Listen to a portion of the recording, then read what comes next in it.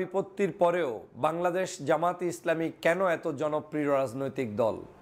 স্বাধীনতার পর থেকে আজ অবধি পর্যন্ত সবচেয়ে সমালোচনা আলোচনা যেই দলটিকে নিয়ে হয়েছে সেই দলটির নাম হচ্ছে বাংলাদেশ জামাতে ইসলামী।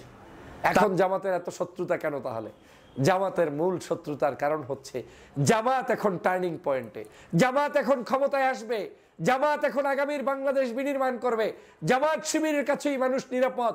সে কারণেই আজকের জামাত শিবিরকে শত্রু বানানোর জন্য মরিয়া হয়ে উঠেছে জামাত। গোলাম আজমের বিরুদ্ধে জন্মের পর থেকে কত কথা শুনেছি, কিন্তু এই গোলাম আজমের জানাজা বাংলাদেশের শহীদ রাষ্ট্রপতি জিয়াউর রহমানের পরে সর্বোচ্চ সংখ্যক মানুষ উপস্থিত হয়ে যেই জানাজাটি হয়েছে সেটা হচ্ছে অধ্যাপক গোলাম আজম সাহেবের জানাজা হয়েছে। তার ছাত্র শিবিরকেই বাংলাদেশের সর্বোচ্চ বিদ্যাপীঠের সাধারণ শিক্ষার্থীরা পছন্দ করেছে। সেই জায়গায় কিন্তু বহু ডানপন্থী ব্লকে নির্বাচন করেছে, কিন্তু তারা ছাত্র শিবিরের ধারে কাছেও আসতে পারে নাই। এর অর্থ তারপরেও কেন এই দেশের ছাত্র সমাজ, যুব সমাজ, শিক্ষক, সুধী, কৃষক, শ্রমিক, জনতা, হিন্দু, মুসলমান, বৌদ্ধ, খ্রিস্টান, আলেম, ওলামা, পীর, মাশায়েখ, বিভিন্ন সোসাইটির মানুষরা আজ এই দলটির দিকেই ঝুঁকছে? এবং কেনই বা এই দলের উপরে আস্থা রাখতে হচ্ছে ঢাকা বিশ্ববিদ্যালয়ের সাধারণ শিক্ষার্থী থেকে শুরু করে বাংলাদেশের বিভিন্ন জনপদের মানুষদেরকে? তাহলে যারা বিভিন্ন প্রপাগান্ডা ছড়াচ্ছে, যারা এই দলটিকে নিয়ে বিভিন্ন বক্তব্য দিচ্ছে, সেই বক্তব্যগুলো কি আদতেই সত্য নয়, নাকি বাংলাদেশ জামাতে ইসলামী সকল ধরনের ষড়যন্ত্র মোকাবেলা করে তার সৎ চিন্তা, আদর্শ, কর্মস্পৃহা, জনতার সেবা করে আজ জনতার হৃদয়ে স্থান অর্জন করেছে? আমার কাছে মনে হচ্ছে বাংলাদেশ জামাতে ইসলামী কারো কোনো সমালোচনা আলোচনার পিছনে লেগে না থেকে তারা তাদের কর্মপদ্ধতির আলোকে কাজ পরিচালনা করছেন বিধায় আজ জনতার হৃদয়ে স্থান অর্জন করতে পেরেছে। আমরা আওয়ামী লীগের সময়ও দেখেছি জামাত ইসলাম এই দেশের সবচেয়ে বড় শত্রুর দলে নাম হিসাবে লিখিয়েছে। আমরা বিএনপির সময়ও দেখেছি জামাত ইসলাম সবচেয়ে খারাপ একটি রাজনৈতিক দল। আমরা জাতীয় পার্টির সময়ও শুনেছি জামাতের চাইতে খারাপ কোনো দল আর পৃথিবীতে নাই। বাংলাদেশের গত 53 বছরের ইতিহাসে এমন কোনো গভর্নমেন্ট যায়নি যেই গভর্নমেন্ট টার্গেট করে নাই এই দলটাকে। কিন্তু তারপরেও এই দলে কেন এত জনপ্রিয়তা, কেন এই দলের প্রতি মানুষের ভালোবাসা? বাংলাদেশ জামাতে ইসলামীর যে সবচেয়ে ভালো গুণ সেটা হচ্ছে তাদের বিরুদ্ধে যত সমালোচনা হয়, যত আলোচনা হয়, সব কিছু মুড়ে দিয়ে তারা সেই সময়ে সাইলেন্ট মুডে থেকে সম্পূর্ণ তাদের কর্মপন্থার আলোকে কাজ করতে থাকেন। একটা সোসাইটিকে ভারসাম্য রাখার জন্য সেই দেশের সমগ্র ধর্মগোষ্ঠীর মানুষদের কল্যাণে তারা অবদান রেখে থাকেন বিধায় আজ বাংলাদেশ জামাত ইসলামী এখনও শত হাজার বাধা উপেক্ষা করে প্রতিদিন জনপ্রিয়তার শীর্ষে অবস্থান করছে।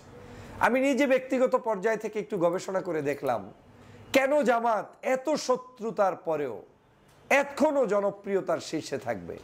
কেউ তো তার আপন বন্ধু থাকার কথা না, কিন্তু সাধারণ মানুষ কেনই বা তাদেরকে গ্রহণ করছে?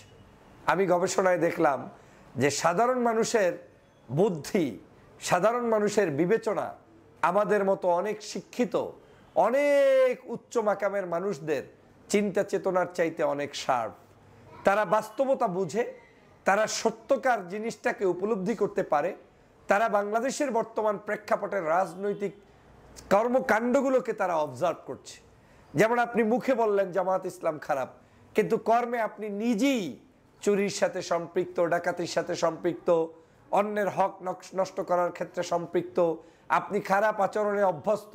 এখন আপনি যতই খারাপ বলেন অন্য একটি পার্টিকে, সেই পার্টিকে সাধারণ জনগণ খারাপ ভাবে নিচ্ছে না। আপনি যখন নিজে বলছেন বিভিন্ন মারপ্যাচ দিয়ে এই দলটি খারাপ, সেই সময় যখন একটি হিন্দু জনগোষ্ঠীর ট্রলার ডুবে যায়, তখন জামাতের আমির ডাক্তার শফিকুর রহমান যখন তাদের পাশে দাঁড়িয়ে যায়, তখন আর ওই আওয়ামী লীগের মতো ট্যাবলেট বিক্রি করে যেরকম জামাতকে দেশদ্রোহী, দেশবিরোধী, স্বাধীনতা বিরোধী বানানোর চক্রান্তে লিপ্ত হয়েছে সেটা আর সফল হয় না। সেই হিন্দু সমাজ বুঝতে সক্ষম যে আজ মানুষের পাশে মানুষ দাঁড়াচ্ছে, আর মানুষ মানে জামাত ইসলাম এবং জামাত ইসলামের আমির ডাক্তার শফিকুর রহমানের উদারতা। একটি পদে প্রান্তরে তাদের কর্মকাণ্ড বিচরণ করিয়েছে বিধায় আজকে তারা জনপ্রিয়তার শীর্ষে। আল্লামা দেলোয়ার হোসেন সাঈদীর চাইতে জনপ্রিয় একজন আলেম বাংলাদেশে আজ নেই। কিন্তু এই সাঈদী সাহেব তো দল করতেন বাংলাদেশ জামাতে ইসলামী। এত হাজার হাজার প্রতিবন্ধকতা, লক্ষ লক্ষ প্রতিবন্ধকতা তৈরি করার পরেও কেন এই মানুষটি আজও বাংলাদেশের জনগণের সবচেয়ে জনপ্রিয়তার শীর্ষে? বাংলাদেশের দেলোয়ার হোসেন সাঈদী সাহেবকে যখন ফাঁসির কাস্টে ঝুলানোর জন্য রায় দিয়েছে, অনেক বাংলাদেশের বিখ্যাত বিখ্যাত ব্যক্তিরা পর্যন্ত তার প্রতিবাদ করতে কিন্তু পারেন নাই। কিন্তু তারপরেও এই আল্লামা দেলোয়ার হোসেন সাঈদীর গায়েবানা জানাজায় মানুষ কিন্তু আটকানো সম্ভব হয়নি। লক্ষ লক্ষ মানুষ পঙ্গপালের মতো ছুটে গিয়ে তারপরে তার জানাজায় অংশগ্রহণ করেছে। গোলাম আজমের বিরুদ্ধে জন্মের পর থেকে কত কথা শুনেছি, কিন্তু এই গোলাম আজমের জানাজা বাংলাদেশের শহীদ রাষ্ট্রপতি জিয়াউর রহমানের পরে সর্বোচ্চ সংখ্যক মানুষ উপস্থিত হয়ে যেই জানাজাটি হয়েছে সেটা হচ্ছে অধ্যাপক গোলাম আজম সাহেবের জানাজা করবেন। বাংলাদেশের মানুষগুলোকে 2013 সালে ফাঁসির কাস্টে ঝুলিয়ে দেওয়া হয়েছে। সেই আল্লামা দেলোয়ার হোসেন সাঈদী থেকে শুরু করে জামাত ইসলামের 11 জন শীর্ষ নেতাকে জেলের মধ্যে বন্দি রেখে কাউকে ফাঁসিতে, কাউকে ইনজেকশন পুশ করে হত্যা করেছে। কই কারো জনপ্রিয়তার তো বিন্দুমাত্র কোনো জায়গা থেকে জনপ্রিয়তার মাইনাস হয়নি, বরং দিন দিন তাদেরকে নিয়ে মানুষ গবেষণা করছে। মাওলানা মতিউর রহমান নিজামী সাহেব, কাদের মোল্লা সাহেব, মীর কাশেম আলী সাহেব, আলী হাসান মুজাহিদ সাহেব, এটিএম কামরুজ্জামান সাহেব, এরকম করে করে জামাত ইসলামের শীর্ষ নেতৃবৃন্দকে যারা ফাঁসি দিয়েছে, সেই জায়গায় জামাত কিন্তু এখন পর্যন্ত জনপ্রিয়তার শীর্ষে আছে। এবং জামাত ইসলামের যারা ফাঁসি দিয়েছে তারা নিন্দিত হয়ে বাংলাদেশ থেকে বিতাড়িত হয়েছে। আজকের এই কথাগুলো কেন বলছি এজন্য, বাধা আসছে কিন্তু কেন তারা জনপ্রিয়? আমি দেখেছি সততা, নিষ্ঠা, আন্তরিকতা, জনতার প্রতি কমিটমেন্ট, এই কারণেই আজকে তারা জনতার সামনে বুক ফুলিয়ে বুক উঁচিয়ে কথা বলছে। কয়েকদিন আগে দেখেছেন ঢাকা বিশ্ববিদ্যালয়ের মতো জায়গায় হাজারো প্রোপাগান্ডা এসেছে, হাজারো মিথ্যাচার করা হয়েছে, বলা হয়েছে ছাত্র শিবির হচ্ছে দেশদ্রোহী, ছাত্র শিবির হচ্ছে রাজাকার, ছাত্র শিবিরদেরকে বিশ্ববিদ্যালয়ের মেধাবীরা পছন্দ করবে না। হিতে বিপরীত হয়েছে। ছাত্র শিবিরকেই বাংলাদেশের সর্বোচ্চ বিদ্যাপীঠের সাধারণ শিক্ষার্থীরা পছন্দ করেছে। সেই জায়গায় কিন্তু বহু ডানপন্থী ব্লকে নির্বাচন করেছে, কিন্তু তারা ছাত্র শিবিরের ধারে কাছেও আসতে পারে নাই। আপনারা সকলেই জানেন যে বামপন্থী নামের বিশ্ববিদ্যালয়, জাহাঙ্গীরনগর বিশ্ববিদ্যালয়, যেখানে নাকি ডানদের কোনো আস্থানাই থাকতে পারবে না, অথচ সেখানে শীর্ষ সকল পদ সহ প্রায় 4-5টা পদ ব্যতীত বাকি সব পদ তারা পেয়েছে। এর কারণ কি? কারণ হচ্ছে তাদের কমিটমেন্ট, ভালোবাসা, ছাত্রবান্ধব কাজ এবং সকল ষড়যন্ত্রের এই সকল কথাগুলোকে কানে না নিয়ে নিজ দর্পে, বীর দর্পে তার সম্মুখে এগিয়ে গিয়েছেন বিধায়ী আজ তারা জনপ্রিয়তার শীর্ষে। ডাক্তার শফিকুর রহমান সাহেবের নেতৃত্বকে বাংলাদেশের জনগণ এখন অকুণ্ঠ সমর্থন জানিয়ে যাচ্ছে। আমরা অনেক সময় শুনেছি, জন্মের পর থেকে আমি কোনোদিন জামাতের পক্ষের বয়ান খুব একটা, অনেক যারা বড় বড় জায়গায় লিড দেন, বিশেষ করে ধর্মভিত্তিক অনেক মানুষগুলোর কাছেই খুব একটা শোনার সৌভাগ্য আমার হয়নি।